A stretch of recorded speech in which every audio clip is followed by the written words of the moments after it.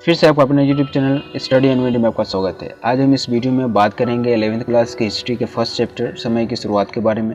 इस वीडियो में ऐसे महत्वपूर्ण पॉइंट बताया गया है जो कि आगामी परीक्षा के लिए बहुत ही महत्वपूर्ण है। तो वीडियो को जो है शुरू से लेकर अंत तक देखना है। अगर अभी तक हमारे चैनल को सब्सक्राइब नहीं किए तो सब्सक्राइब कर दे, साथ के साथ बेल आइकन भी दबा दे जिससे आपको नोटिफिकेशन भी ऑन टाइम मिल जाए।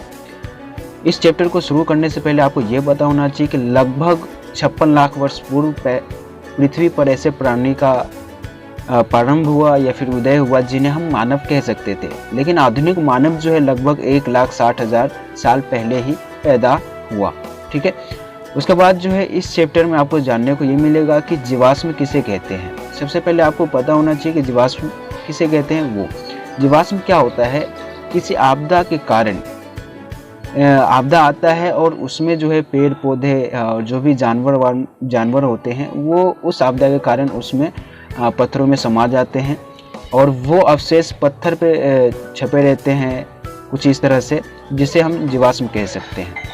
जैसे कि इसमें बताया गया है, जीवाश्म पुराने पौधे, जानवर या मानव के उन अवशेष या फिर छापे के लिए प्रयोग किया जाता है जो पत्थर के रूप में बदलकर अक्सर किसी चट्टान में समा जाता है, फिर लाखों साल तक उसी रूप में पड़े रहते हैं, जैसे आप इस चित्र में देख पा रहे होंगे।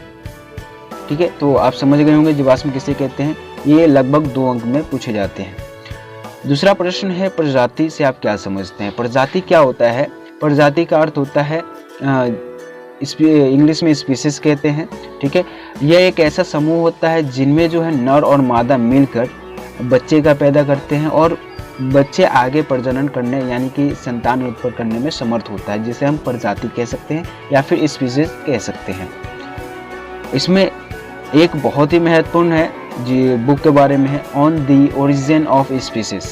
ठीक है, ये on the origin of species किसने लिखा था, कब लिखा था और इसमें किस चीज़ के बारे में बताया गया है, ये आपको बताना होता है। तो इसमें मैं पॉइंट में बता देता हूँ। On the origin of species जो है चार्ल्स डार्विन द्वारा लिखा गया पुस्तक है ये।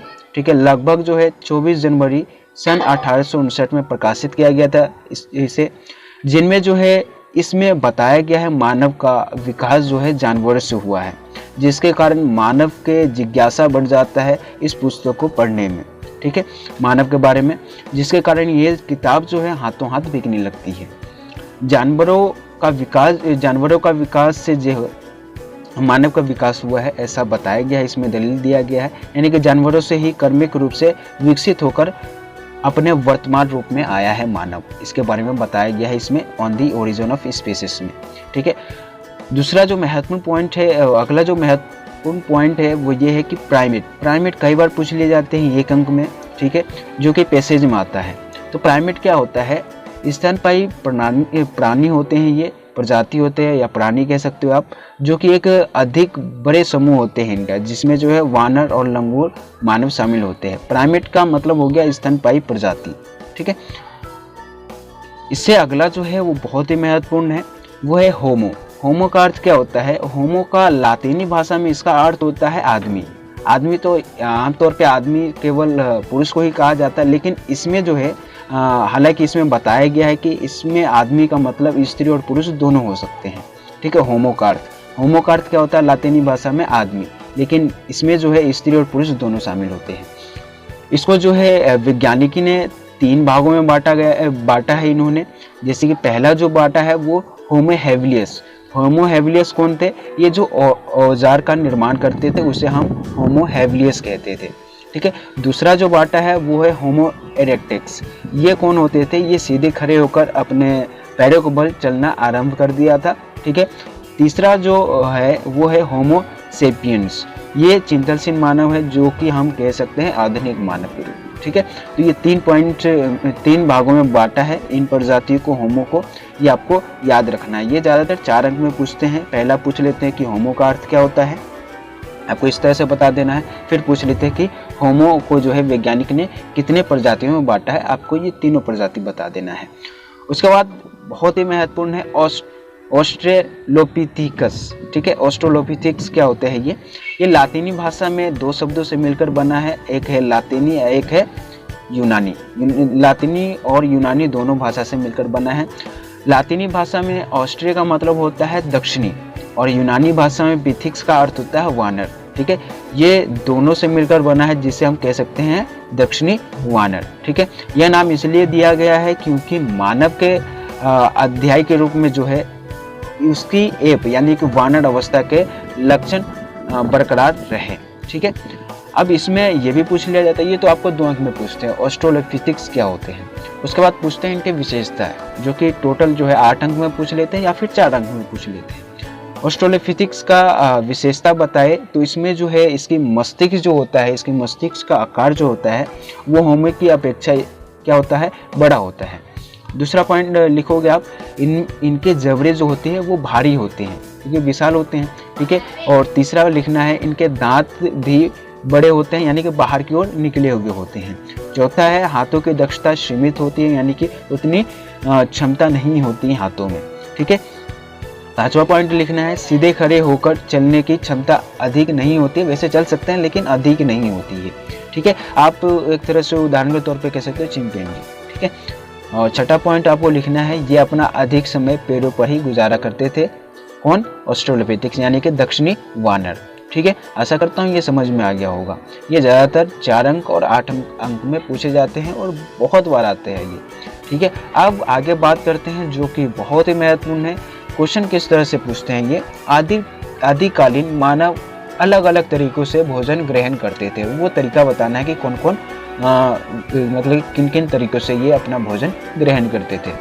पहला आपको बताना है संग्रहण। संग्रहण का मतलब होता है गैदरिंग करना यानी कि इकट्ठा करना। ठीक है, आप आम भाषा में ये कह सकते हो यानी कि जंगल से जो भी है खाने वाली वस्तु उसको इकट्ठा कर अपना जो है भोजन का तरीका प्राप्त करते थे। दूसरा आप शिकार करके, शिकार यानी कि आपको पता ही होगा यानी कि जानवर वानवर को मारकर।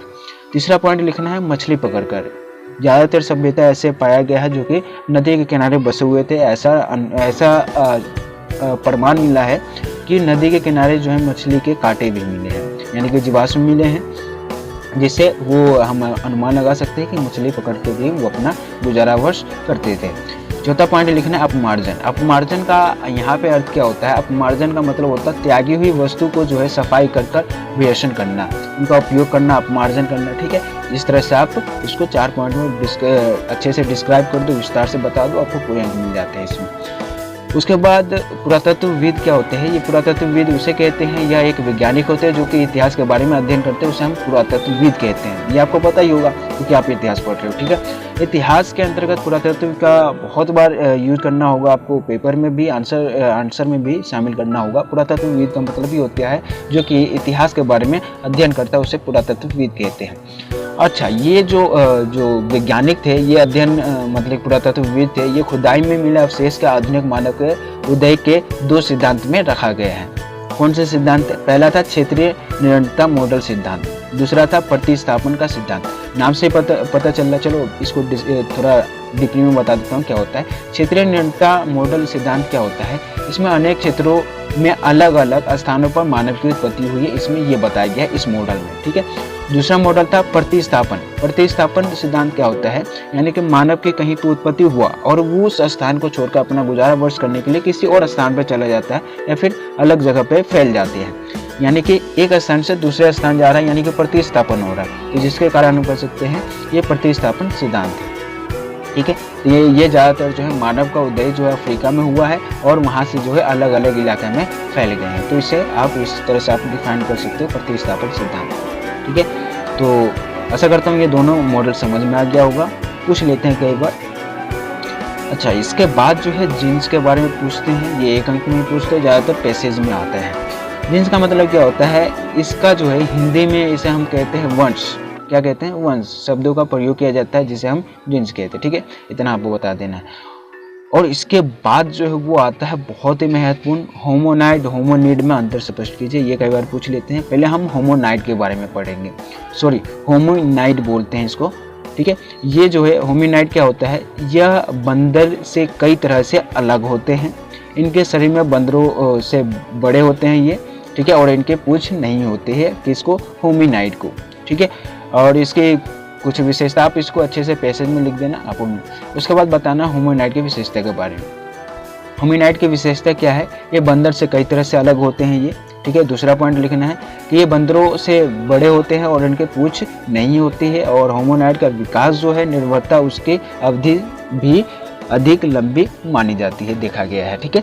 उसके बाद जो है इसमें ये बहुत ही समय का जब शुरुआत हुआ था तो उसमें उस समय जो है संचार यानी कि बोलचाल का और भाषा का, कला का किस प्रकार से वो बात करते थे या फिर अपना भाषा का प्रयोग करते थे या फिर कलाकृति किस प्रकार से करते थे उसके बारे में बताना है। ये पॉइंट आपको बना होगा एनसीईआरटी पुस्तक। ये जो भी नोट्स बनाया गया है ये एनसीईआरटी से ही लिया गया है। एनसीईआरटी के जो मेन पॉइंट लगा है उसके बाद ये आपको प्रोवाइड किया जा रहा है, ठीक है। संचार, भाषा और कला। संचार, भाषा, कला उस समय कैसा था? भाषा के विकास पर तो कई प्रकार के मत थे जो वैज्ञानिक जो थे वो बताया है। जैसे कि होमिनिड का भाषा के बात करें तो अंक विकसित यानी कि हाव भाव या फिर हाथों से संचाल यानी कि हिलाने पर बात करते, हाव भाव करना, ठीक है। ये होमिनिड का भाषा था। उच्चारिक भाषा से पहले जो है गाने और गुनगुनाने जैसे कि मौखिक रूप में बात करते थे, वो शाब्दिक संचार का प्रयोग होता था उस समय, यानी कि उसके बाद जो है गाने गुनगुनाने के यानी कि मौखिक रूप से बात करना आरंभ हो गया था। उसके बाद तीसरा पॉइंट में आपको लिखना है मनुष्य की वाणी का प्रारंभ जो है आह्वान यानी कि बुलावे की क्रिया से हुआ है। जैसे कि नर वाणों में देखा जाता है प्रारंभिक अवस्था में मानव बोलने में बहुत कम ध्वनि का प्रयोग करता होगा, ठीक है। धीरे धीरे उसके बाद जो है ध्वनियाँ ही आगे चलकर भाषा के रूप में विकसित हो गई, ठीक है। आपको इस तरह से टू द पॉइंट बता देना है इसमें। उसके बाद बोली जाने वाली भाषा की उत्पत्ति किस प्रकार से वो अच्छे से जान लेते हैं। तो ये क्या बोले जाने वाली भाषा की उत्पत्ति जो है ऐसा माना जाता है कि होमो हैबिलियस की मस्तिष्क कुछ ऐसा माना जाता है कि होमो हैबिलियस के मस्तिष्क में कुछ ऐसी विशेषताएं मिली है जिसके कारण उनके बोलने का संभव हुआ होगा, ऐसा जो प्रमाण मिला उसके आधार पर बताया है।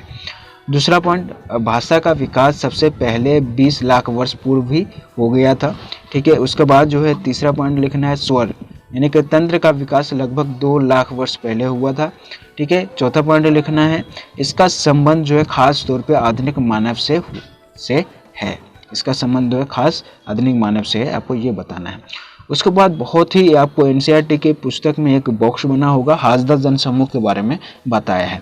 उसमें से जो भी मेरे को जो मेन पॉइंट लगा है, जो महत्वपूर्ण बिंदु लगा है वो बताया हूँ। इसमें क्या है, पहला आपको पॉइंट लिखना है यह शिकारियों तथा संग्रहण का एक छोटा सा समूह होता है। हासदा जनसमूह उसी को कहते हैं जो एक मतलब कि एक समूह बना लेते हैं शिकारी या फिर संग्राहक का, जो इकट्ठा करते हैं, जो बात किए थे पिछले, यानी कि वो लोग अपना भोजन किस प्रकार से प्राप्त करते थे। तो उसमें जो है शिकारी करने के लिए अकेला तो कर नहीं सकता, यानी कि अकेला करने के लिए वो तो शेर वेर कोई भी जानवर हमला कर सकता है और उसी का शिकार बना सकता है।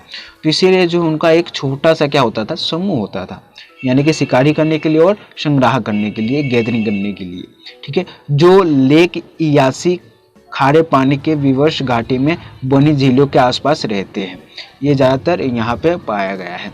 दूसरा पॉइंट बताना है ये लोग हाथी को छोड़कर बाकी सभी किस्म के जानवर का शिकार करते थे, क्योंकि हाथी विशाल होते थे, उनको मारना बहुत ही असंभव ही मानो, क्योंकि उस समय उतना औजार भी नहीं होता था, पत्थर होते थे ज़्यादातर, ठीक है। जैसे कि हम इसमें बताया गया है आपके चैप्टर में, वो मैं शामिल नहीं किया हूँ, ठीक है। यानी कि वो उनके पास उतना औजार नहीं होता था, केवल पत्थर वत्थर से बना हुआ होता था, उसी से शिकार करते थे। यानी कि हाथी का शिकार करना तो असंभव ही है। तो बाकी जो भी जानवर होते थे छोटे किस्म के, उनको शिकार करके अपना मांस खाते थे। तीसरा पॉइंट लिखना है हासदा जनसमूह के जो होते थे वो जमीन एवं उनके संसाधन पर अधिक नहीं जानते थे, उनके संसाधन और जमीन के बारे में नहीं जानते थे, ठीक है। चौथा पॉइंट लिखना है इनके पास शिकार के लिए असीमित मात्रा में पशु उपलब्ध होने के बावजूद भी ये लोग अपना भोजन के लिए मुख्य रूप से जंगली साग या फिर सब्जी पर निर्भर रहते थे, ठीक है। ये भी आप शामिल कर सकते हो। उसके बाद जो है पांचवा जो है संभवतः ऐसा इसके लिए जो है भोजन का 80% भाग जो है वनस्पति से ही होता है। आपको ये 4-5 पॉइंट बता देने हैं, ठीक है, आपको अंक मिल जाएगा। उसके बाद दूसरा जो बताया गया है वो अल्टमिरा के गुफा के बारे में पूछ लेते हैं कई बार, ठीक है। अल्टमिरा के गुफा के बारे में विशेषता, इसकी विशेषता के बारे में बात करें तो अल्टमिरा का जो गुफा जो है स्पेन में स्थित है। कहाँ पर है? स्पेन में स्थित है, जो कि एक गुफा स्थल है, ठीक है। दूसरा पॉइंट लिखना है, यह गुफा इसके छत पर जो है कई चित्रकारी किया गया है, प्रसिद्ध चित्रकारी है, ठीक है। ये दूसरा पॉइंट लिख देना। तीसरा पॉइंट आपको लिखना है, इसकी चित्रकारी में रंग के बजाय किसी प्रकार के लेई यानी कि पेस्ट का इस्तेमाल किया जाता है। तो उसमें हम इस समय जो है पेंट का प्रयोग करते हैं ना, पेंट करने के लिए, उस समय जो है लेई का यानी कि पेस्ट का प्रयोग किया जाता था, किसी भी तरह का हो सकता है।